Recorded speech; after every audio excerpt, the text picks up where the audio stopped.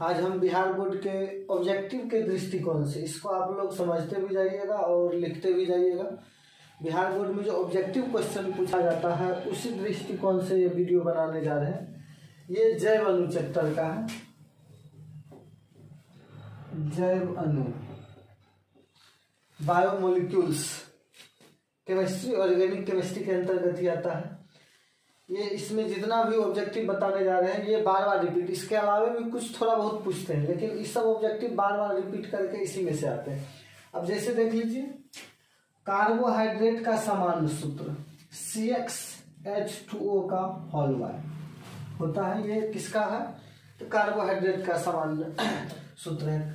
Carbohydrate जो है प्रकाश सक्रिय होती है। कार्बोहाइड्रेट ऑब्जेक्टिव के लिए याद रखिएगा, प्रकाश सक्रिय होती है। और कार्बोहाइड्रेट में जो है 3 फंक्शनल ग्रुप पाया जाता है, एल्डिहाइड, कीटोन और अल्कोहल। अल्कोहल अधिक संख्या में पाई जाती है, इसीलिए इसको पॉलीहाइड्रोक्सी भी कहते हैं। पॉलीहाइड्रोक्सी मतलब ये भी कहा जाता है कि कार्बोहाइड्रेट जो है पॉलीहाइड्रोक्सी एल्डोज एवं कीटोज मूलक। एल्डिहाइड के कारण एल्डोज कहा जाता है और कीटोन के कारण कीटोज मूलक कहा जाता है। ये देख लीजिए, ग्लूकोज और फ्रुक्टोज का सामान्य सूत्र C6H12O6 होता है। कार्बोहाइड्रेट को मुख्य रूप से वैसे इस पर आधारित एक 5 नंबर क्वेश्चन भी बिहार बोर्ड में पूछा जाता है।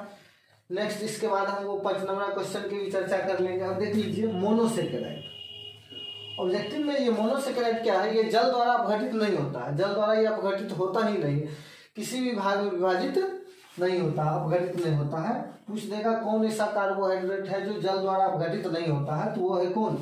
मोनोसेकेराइड ऑब्जेक्टिव में। इसके देख लीजिए उदाहरण है ग्लूकोज, फ्रक्टोज, गलेक्टोज, इसको फ्रुक्टोज भी कहा जाता है। और इस सब का जो सूत्र है C6H12O6, ये भी याद रखिएगा, ये मोनोसेकेराइड है। पहला कार्बोसेकेराइड मोनोसेकेराइड।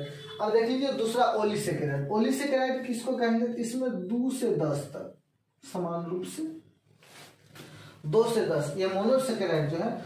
ओलिसेकेराइड जो जल द्वारा अपघटित होता है और अपघटित होकर 2 से 10 की संख्या में मोनोसेकेराइड बनाता है। ये भी ऑब्जेक्टिव में ध्यान रखिएगा, जो कार्बोहाइड्रेट 2 से 10 की संख्या में मोनोसेकेराइड बनाएगा उसी को हम कहते हैं ओलिसेकेराइड। और ओलिसेकेराइड में जब 2 बनाएगा तो उसको डाइसेकेराइड कह देंगे, 3 बनाएगा ट्राइसेकेराइड कह देंगे, 4 बनाएगा तो टेट्रासेकेराइड कह देंगे, इसी प्रकार हम। लेकिन 2 से 10 मोनोसेकेराइड बनेगा तो उसको ओलिसेकेराइड कहा जाता है। ओलिसेकेराइड के एग्जाम्पल है सुक्रोज, माल्टोज और लैक्टोज। और इस सब का जो है सूत्र हो जाता है C12H22 और O11। सब का जो है सूत्र हो जाएगा C12H22 O11। ये भी याद रखिएगा सुक्रोज का सूत्र। इस सब में देख लीजिएगा, वो पूछ देता है सबसे मीठा जो सुक्रोज होता है वो फ्रुक्टोज होता है, सबसे ज्यादा मीठा। सबसे मीठा जो होता है वह कौन सा सुक्रोज जो सबसे ज्यादा मीठा होता है? फ्रुक्टोज। सुक्रोज में 2 चीज पाया जाता है, ये भी आपको ध्यान रखना पड़ेगा। सुक्रोज में 2 मोनोसेकेराइड, कौन कौन? ग्लूकोज और फ्रुक्टोज। माल्टोज में भी 2 मोनोसेकेराइड पाया जाता है, लेकिन माल्टोज में जो है दोनों ग्लूकोज ही पाए जाते हैं। माल्टोज में दोनों ग्लूकोज ही पाए जाते हैं। लैक्टोज में जो है 2 पाए जाते हैं। लैक्टोज में कौन पाए जाएंगे? ग्लूकोज और गलेक्टोज। ध्यान रखिएगा, ऑब्जेक्टिव वाले के लिए भी, 2 नंबर के लिए भी। सुक्रोज में जो है जल अपघटन से ग्लूकोज और फ्रुक्टोज प्राप्त होता है। माल्टोज में जो है क्या? ग्लूकोज और ग्लूकोज ही प्राप्त हो जाएगा, लेकिन लैक्टोज में ग्लूकोज और गलेक्टोज प्राप्त हो जाएगा। ग्लूकोज और गलेक्टोज। और ये पॉलीसेकेराइड का एग्जांपल है। इसी प्रकार पॉलीसेकेराइड, इसमें 10 से अधिक मोनोसेकेराइड प्राप्त होगा जल अपघटन, अधिक संख्या में, सीधे बुझ लीजिए।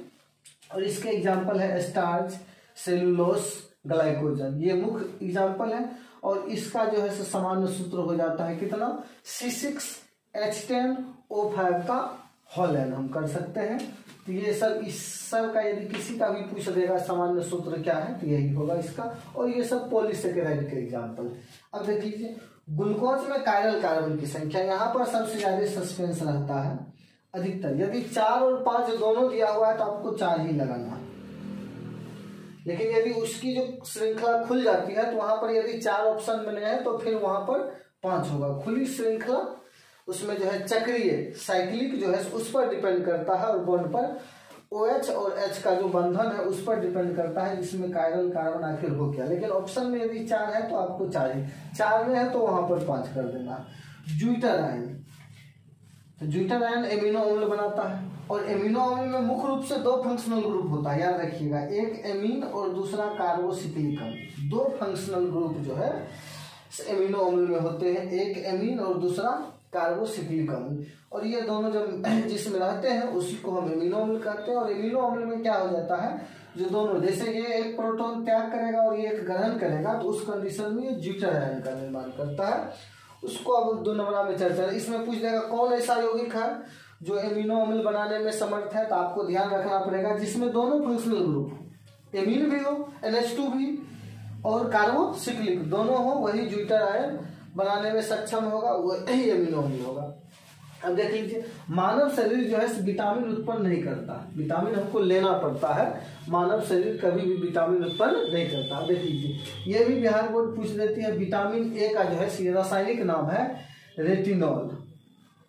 रेटिनॉल जो है विटामिन ए का क्या है, रासायनिक नाम है। सभी विटामिन के रासायनिक नाम होते हैं, वो जब हम विटामिन की चर्चा करेंगे तो उसमें हम सबका रासायनिक नाम बताएंगे। अभी तो बिहार बोर्ड में जो पूछा जाता है, अब देख लीजिए, एस्कॉर्बिक अम्ल किसमें, तो विटामिन में ही पाया जाता है।